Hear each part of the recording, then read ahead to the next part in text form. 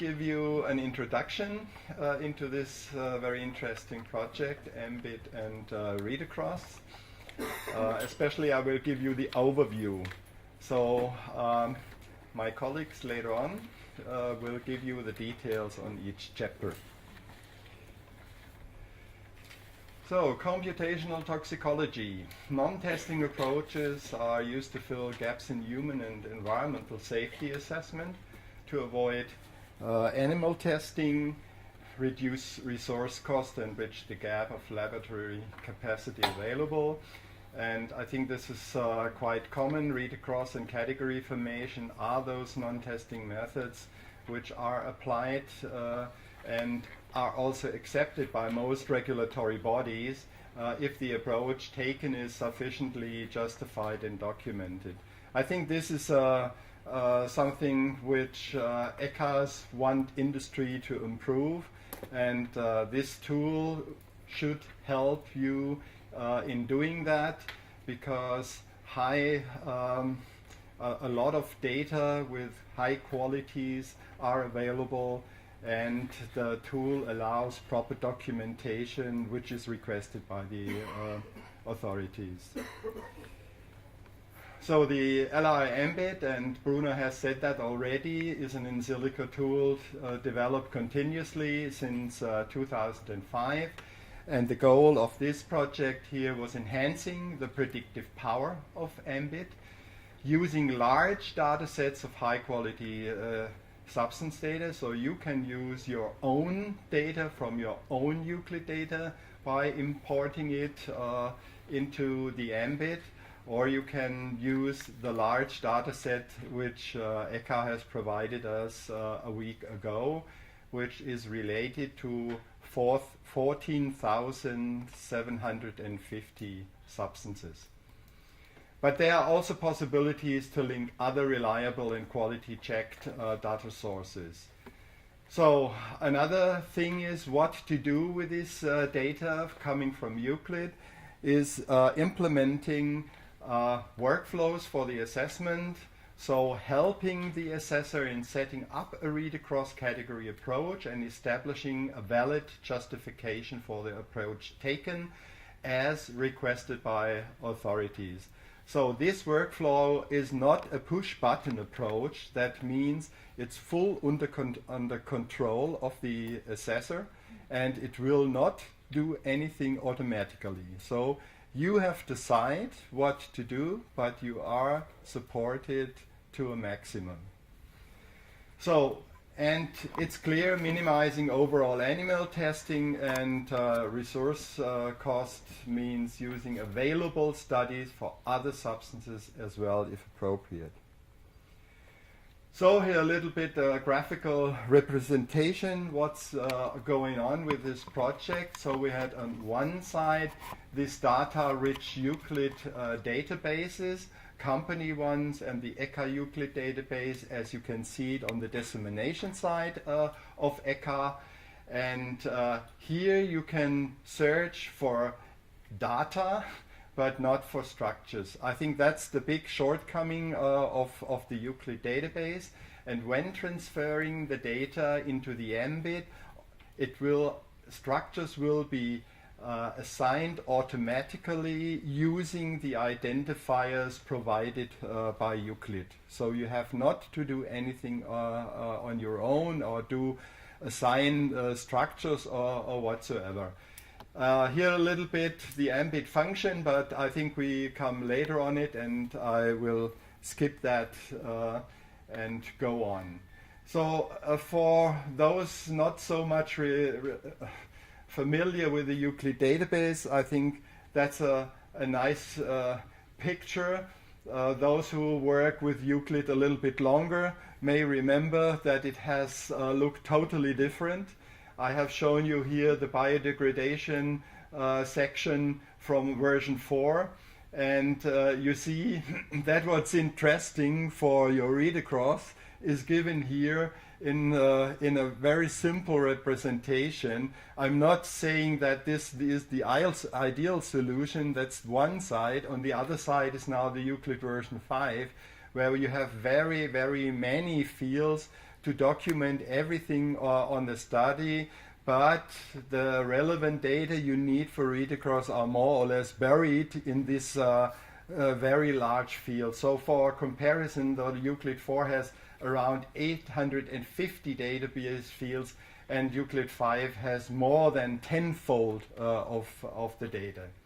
So that means also manual extraction of substance data to be used in read across is cumbersome and time consuming. So a very important thing, and my colleague will go into detail later on, is how Euclid is handling substance identifiers and composition. Every substance in Euclid is characterized by at least one composition. And the Euclid substance composition has constituents, one at least, impurities, no or more, 0 or more, and the same for additives. And I think that's a very important take-home message. And I think most in silico tools are really not taking that into account. A Euclid substance itself has no chemical structures. Only constituents, impurities, and additives have structures. Yeah? So that's important, and you will see later why this is the case. So a Euclid composition has at least one constituent and at least one structure is assigned, but very many Euclid substances are related to more than one structure.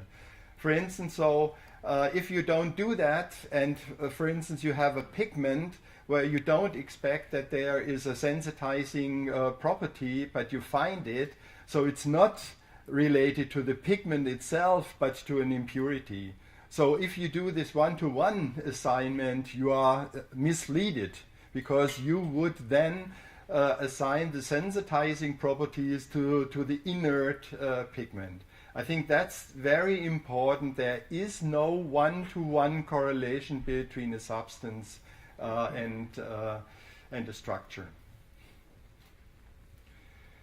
So quickly, endpoint data can be retrieved in Euclid. So manually you go to the record and look for your data.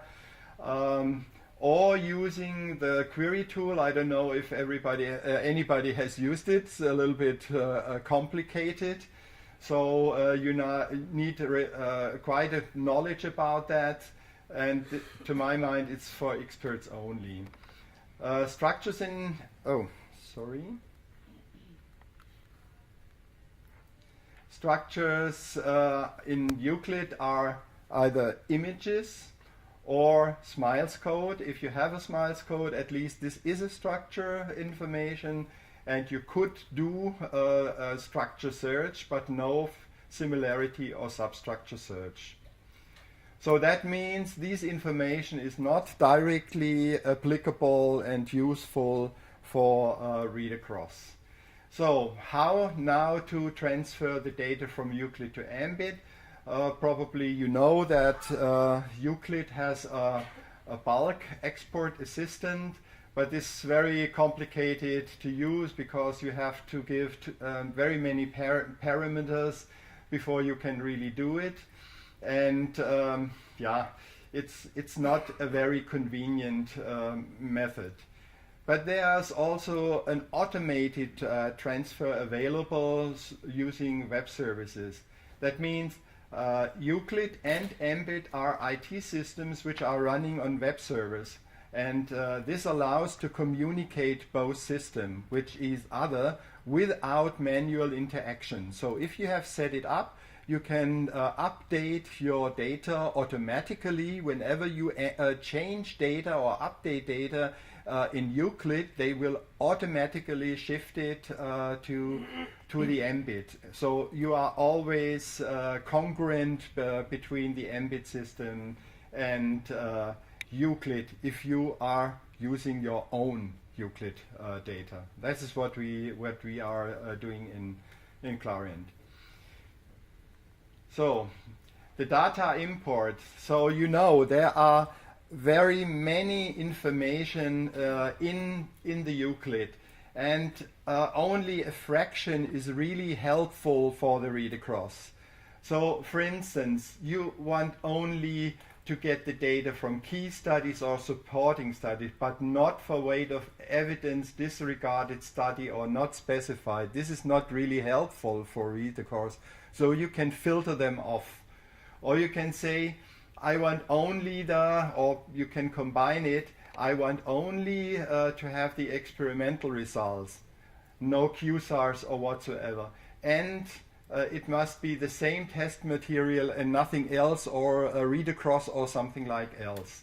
So again, you can also say, I only want to have data which have the cleavage factor 1 or 2 reliable without restriction or with restriction, but not 3 or 4. And you can say, I only want the data which is related to a study report. I don't want data, for instance, from a publication. I think these filters are very helpful, and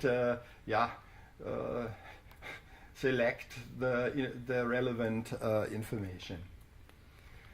So here again, the MBIT system was developed quite a while ago. Have all these tools here available, and as this will be shown later on, I will skip that very quickly. MBIT has functionality for searching of structures. I think that's exactly what is not available in Euclid. You can search for an exact structure, but you can also look for similarity to the structure. Here are examples given, and you can also look here for substructures. So you see here quite different structure. So this is nothing special. That is what you find in other in silico tools as well. But the best thing is that you now can do a stepwise search for structures and endpoint data. That means you first find your structure. You can give in a SMILES code, a CAS number, a name, or whatever, and you get a hit list. And if you see that, then you can find out of this folder sign which Euclid substances are assigned to exactly this diagram, this structure. And then you click here on the substance UUID, and then all the data available to this substance are displayed in these tabs. I will go quickly through it. That is the composition tab. And the interesting thing is, you see here the constituents, impurities, and so on, the identifiers, the typical concentration, and the concentration range, but only from your data, not from the ECHA data. So that will be blank. So that is confidential. But what you also see is here the structure associated with the constituent and the impurity. And you can also do nice contained in search. That means if you see that is an impurity, you want to know in which other substances this impurity is also contained, you can easily do a search. So that's the representation of the Euclid data in MBIT. You see it's organized here in tabs. The first tab is the Euclid substance, where you find names, public names, the owner, what kind of substance is it. Here it's a UVCB, CAS number, or EC number, and so on. That's the substance identifiers. The next is the composition, as I have shown it before. You see here, this is a multi-constituent substance. You find all these constituents in here with all the concentration ranges.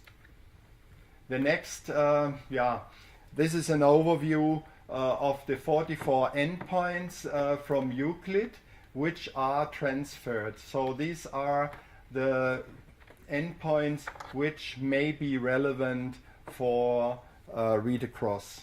and only those are transferred.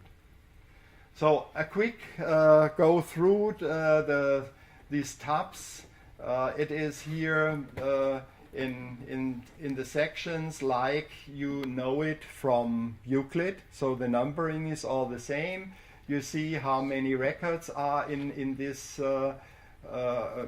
in this section of Euclid, and here's an example how it looks like, and that is exactly what you want to know. A value on the partition coefficient, the temperature, pH, and a guideline, and that's it. You don't need all the other stuff from Euclid. It's only these few data. Okay, the next is an example from environmental fate, here biodegradation. The next is an example from ecotoxicity, and you see here if you have more than one endpoint like LC50, LC0, NOAC and so on, you find nicely represented here in this tab. So here an example from tox, and later on you will see more details on that. So communication with other systems. That means Ambit is an open source, open system which has very many possibility to link other databases, not only these Euclid stuff. Here is the 14,570 data sets coming from ECHA into the Ambit, but we are using it also for other tools. For instance, Meteor from LASA, or Derrick predictive tools. So we are using the structure information from Ambit, push it into the Derrick prediction tool, do the assessment, and push back the data into Ambit and assign it again to the structure. So you can build your own additional data sets in Ambit. So we have also coupled our high-resolution LC-MS system whenever we are looking for metabolites in blood, serum, and so on, and get information from there. Then we store it also in this system. So now one application, and this is a very important one, that is the read-across formation, but I want to stress that Ambit can be used for very many different assessment approaches, but I think that is a very important one. So that's a little bit in a nutshell how this read across and category formation workflow looks like. First you have to create an assessment, say what it is and when you start it and so on. Then you are searching for target and source structures. Then you select the relevant structures out of it, select the associated data you need, select the endpoint. Then you get the data gathered in a matrix, and from there on you can fill the gaps in the matrix. So later on you evaluate if that is all right, and if not, then you go back in a loop until you are satisfied. So then you have the final assessment, and you can store it, for instance, in your in-house document management system. The workflow is a bit complicated to show on slides. And as we go later on in detail to that, the slides I'm showing you right now should only give you an impression how the various sections of this workflow is looking like, but I'm not explaining now here the details of it. It's only giving you a first impression. So what you can do here is select, do a new assessment, use an empty template, so you start from scratch, or you use an existing one and modify only the data you need. This is the first tab with the assessment identifier, and for here it's assessment title, category justification for claims, and some more information on it. And you can go on then to the next slide, that is collecting the structures. You can do it with, for instance, a substructure search and select what is my source and what is my target. So here this substance is the source. And a very important function in AMBIT is filter by substance.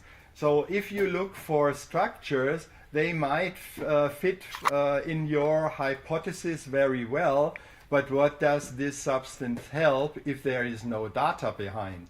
So you are looking here for a lot of structure, and you are later on not very impressed, not finding any data. And that is gives you a very nice filtering option. So then you see the list of collected substances here. So you see this is my target. That is where I need data gap filling, and these are the source substances where the data are coming to fill the data gaps. So that is the collecting of the structure. And now you are searching for the substance, and you have to click here the folder, and you see all the substances which have this structure built in, either as a constituent, impurity, or whatsoever. And then you have to select which of these substances you want to use. And the next step is you have to say which endpoint data you want to use for this read across. So it's not very helpful to select all. It's better to look where are my data gaps, and then I'm looking exactly for these endpoints and not for everybody. Otherwise you generate a data matrix which is 1 kilometer wide and so on. Yeah? So it does not make sense to do too many endpoints. And then the system creates automatically for you a data matrix where you see here the substances, where you see here the constituents in, where you see the constituent's name, the content if it is your own substance from your own system, and you can see it's contained as impurity, as constituent, and so on. That is the left part of the matrix. I had to split it because otherwise I could not show it you on the screen. It's easier on your laptop because you can shift your screen from left to right. And here you see the endpoint matrix, where you here again see the substance, you see the diagram, you see here the data, and you can see where the gaps are. And here you see the pluses and the minus, and here you can add with plus data, but this will be shown later in more detail. What is also important, you can export these data matrices into an Excel. I think that's very convenient because you can print out everything in Excel and stick the Excel files together if you really want to see all on your own and not only on the screen. So that works very nice. So, and at the end, if you have done all this work, you can create an assessment report where you exactly what you have seen in the slides before, you get here in a report online on screen, but also as a Word file. And you can further edit that Word file and use it then directly for the justification of your read across. So I hope I'm not too late. I want to give you a project information. So it was my project idea, and Bruno helped me very much to make this project fly. And I would really want to stress that was an excellent collaboration, between Nina and colleagues and our team here from Clariant, and we are very happy about the outcome of the project. Especially the Clariant team was impressed what is possible in a web application. I've never seen that before, so it's quite impressive. So the project is ended now already last year, and I would like to acknowledge that Cefic-LRI would thank ECHA for providing the non-confidential Euclid data which are accessible on the ECHA website.